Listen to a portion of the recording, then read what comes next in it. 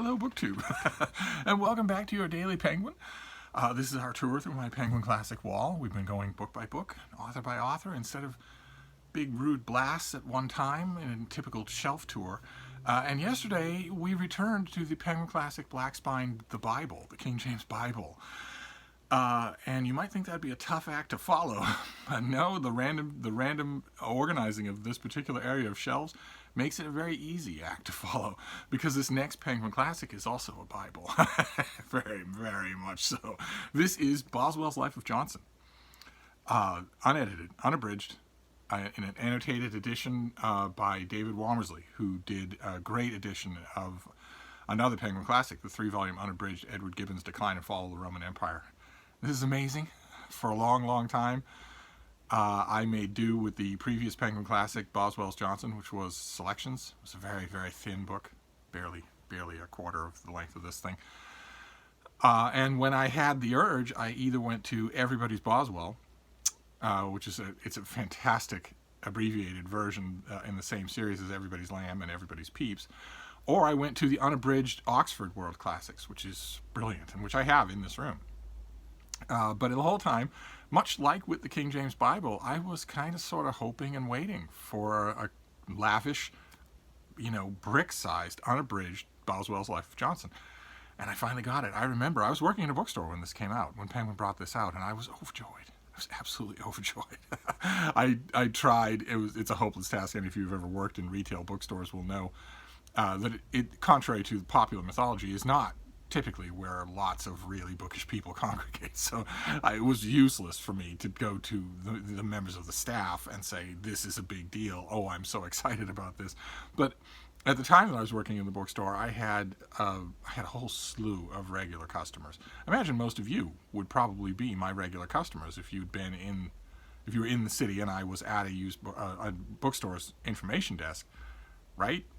It'd probably be that we'd have ongoing conversations about what you're liking and not liking, what I can recommend, and what maybe won't work for you, what I know about new releases on the new release table. My customers used to ask me questions like that all the time. That's what I went to work for. And I had one customer in particular. This was a long, long time ago. A big, stately older woman who had always came to the book. She came to the bookstore once a month, brought there by a private driver who would wait for her. And she would come in. It was obvious that she had lots of money, that she never needed to consider what she was going to buy or not going to buy. What she mainly wanted is, once we get around to talking to each other, what she mainly wanted was for her time not to be wasted.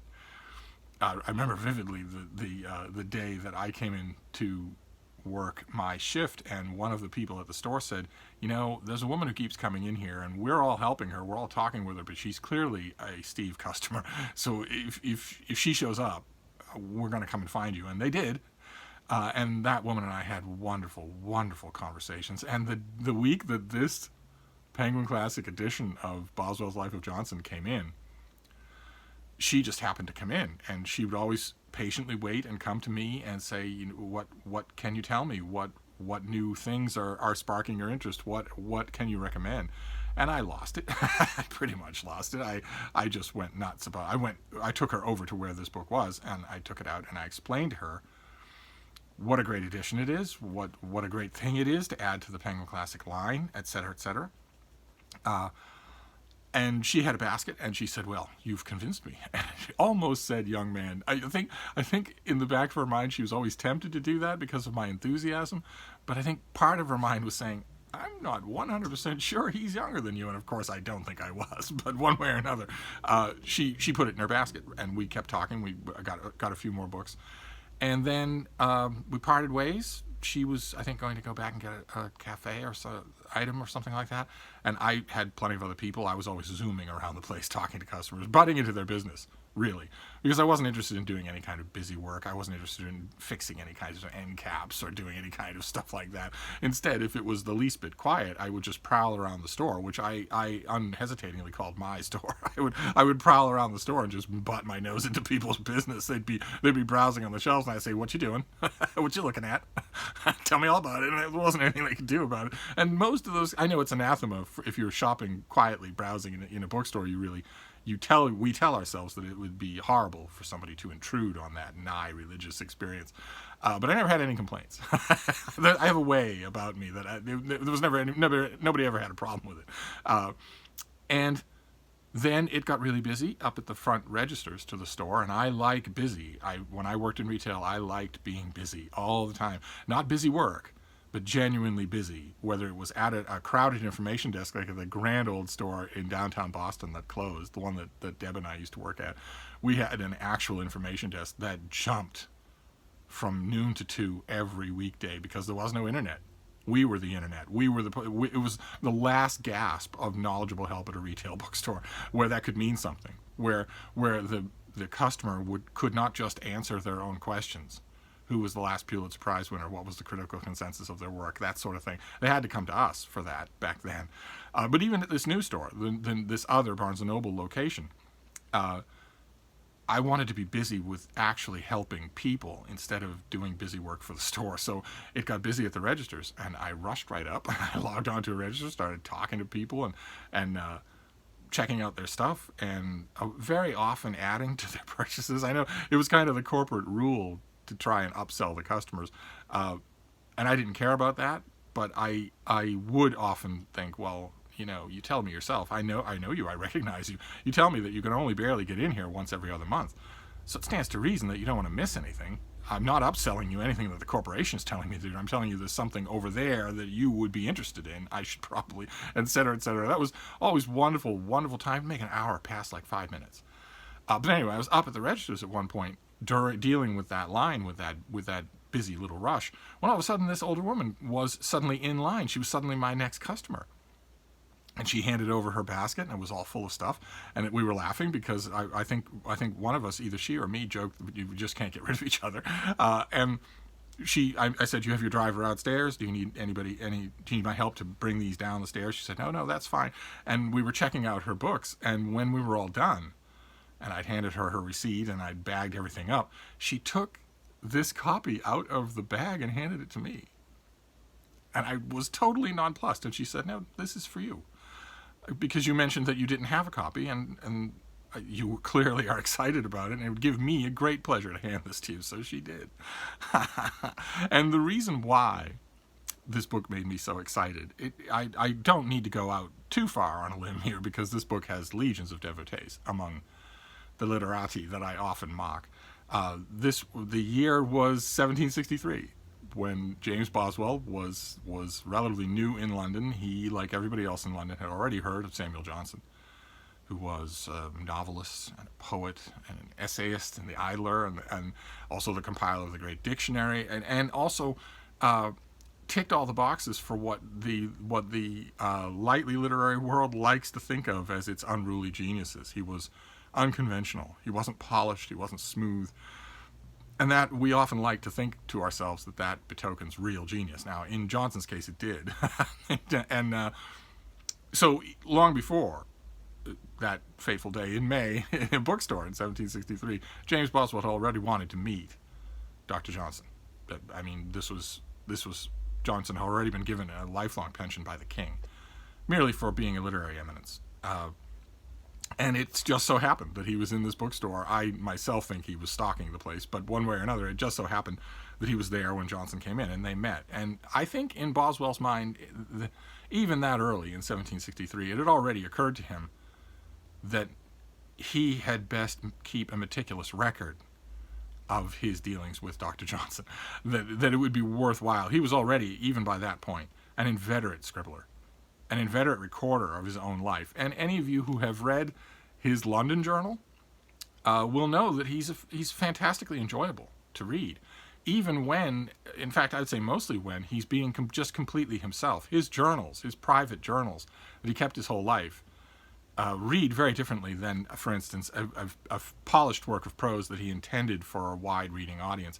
Not necessarily better or worse. I think Boswell is underrated in his ability to turn out fine 18th century prose.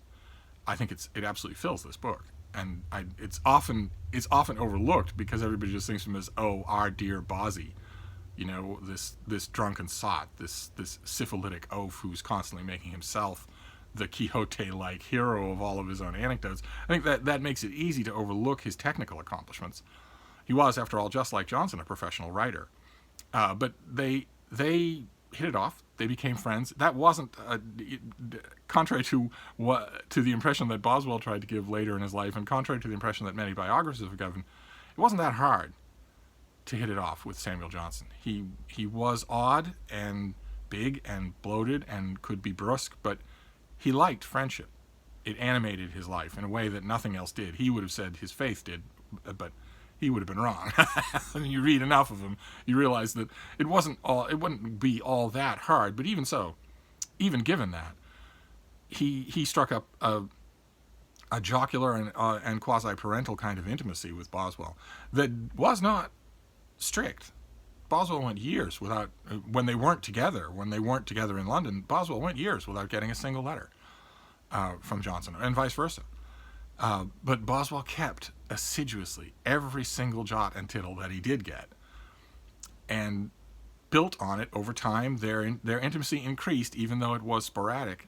And by the late 1780s, it's not the London literary world at its best, but by the late 1780s, it was a common whispered undercurrent in the literary world that Dr. Johnson would not live forever and that there would be a market for his biography. And we are accustomed to watching James Boswell not rise above, and he didn't in this case either. It had clearly been on his mind for 30 years to be not only an entrant in that in that Johnsoniana sweepstakes, but to win it. And nearly 30 years later, in 1791, he published this book. And one of the things to remember about it, it was enormously long, but one of the things to remember about it that we tend to forget is that it was one of a great crowd of Johnson biographies that came out. It's the only one we remember. It's the only one that's reprinted. But there was a fierce competition when Johnson died. There was a fierce competition for books about him. It was a hot commercial ticket to do. And in this particular instance, and unlike so many other dreams and plans that James Boswell had in his life, in this particular instance, not only was he well prepared, but he did it. He did it perfectly. Just perfectly. I think the other Johnson biographies are infinitely interesting, certainly as a mine of information. There's certainly an interesting parlor game to be played, laying them alongside this book to see maybe who's got the details right or where the embroidering is happening. But in terms of a reading experience, there's no comparison whatsoever. They might not as well have been written. This is an amazing book. And one of the reasons why it is typically accorded the very highest spot, as many, many critics have called it the best biography ever written. One particularly sententious critic, who we'll also meet in this Penguin Classic tour, said that it is the first of biographies, and there is no second. There are plenty of seconds, but nevertheless, I see the reasoning behind such comments, because this is a weird reading experience, much closer to knowing a person than any biography that you will ever read. Much closer to the experience of knowing a person, where they will hove into close and then pull into the background, and sometimes they'll go off stage completely and you'll do other stuff, and then they'll come back, or you'll only hear about them, and then suddenly they'll be up close again, and they will appear to you in prismatic flashes, sometimes showing themselves, sometimes just marking time. That is the weird experience of reading this book, and the reason why I was patiently waiting is because that experience is definitely harmed by an abridgment. I love Everybody's Boswell, that volume. I love it dearly. Don't get me wrong. We would talk about it at great length if I actually acceded to the horrible, satanic suggestion that quite a few of you have made for this channel. In response to your Daily Penguin, quite a few of you have wanted me to do this kind of book tour for the whole of this little book room, where I pull down each book and each day is a separate book of the books in this little book room. That is horrifying. What's wrong with you people? But in one of the books in this room is a great little abridgment called Everybody's Boswell, or Everybody's Johnson. I think it might be Everybody's Johnson. I hope that's not the title, but one way or another. much as I love those abridgments, the experience of this book really only comes out in its full length, and that was another. I hesitate to say artistic, but I guess I can. There was another artistic decision on the part of James Boswell that was unerringly perfect. He rose to the occasion, is what I'm saying with this book. He didn't always do that. If you only have to read a few of his diaries. The London Diary had a wide circulation when it first came out, and is a wonderful read, just fantastic, and totally unself-conscious. Whereas this book is very self-conscious, and you would think that a writer who could do the one well would not be able to do the other well. For instance, obviously Samuel Pepys, who did write 2 diaries. He kept the famous diary that we all know, and then later he kept another diary that was totally different. It was self-conscious, and it ruins the reading experience. And you would think that would be true of Boswell, but no, he manages to do it. He manages to write in 2 completely different registers and have them both work really well. And this is a very rare example. If you read those London journals, you will see that this was a man who was constantly dreaming of projects and not doing them. Constantly dreaming of how well he would do something, and then going on a 10-day bender and not being able to do it, and feeling all the remorse of that. That didn't happen in this case. In the case of this incredible, marvelous book, that did not happen. Instead, he rose to the occasion, he rose above all of his competitors, and he wrote an incredible, impressionistic, fascinating account of Dr. Johnson. I would argue, not particularly, strictly speaking, a biography, but something much more wonderful than that. Something much closer to a kind of psychic photo album of what it was like to know this person. Maybe not to live with him. There were only a couple of instances where Boswell and Johnson actually did anything close to spending every day together, and those are also written. Boswell wrote everything.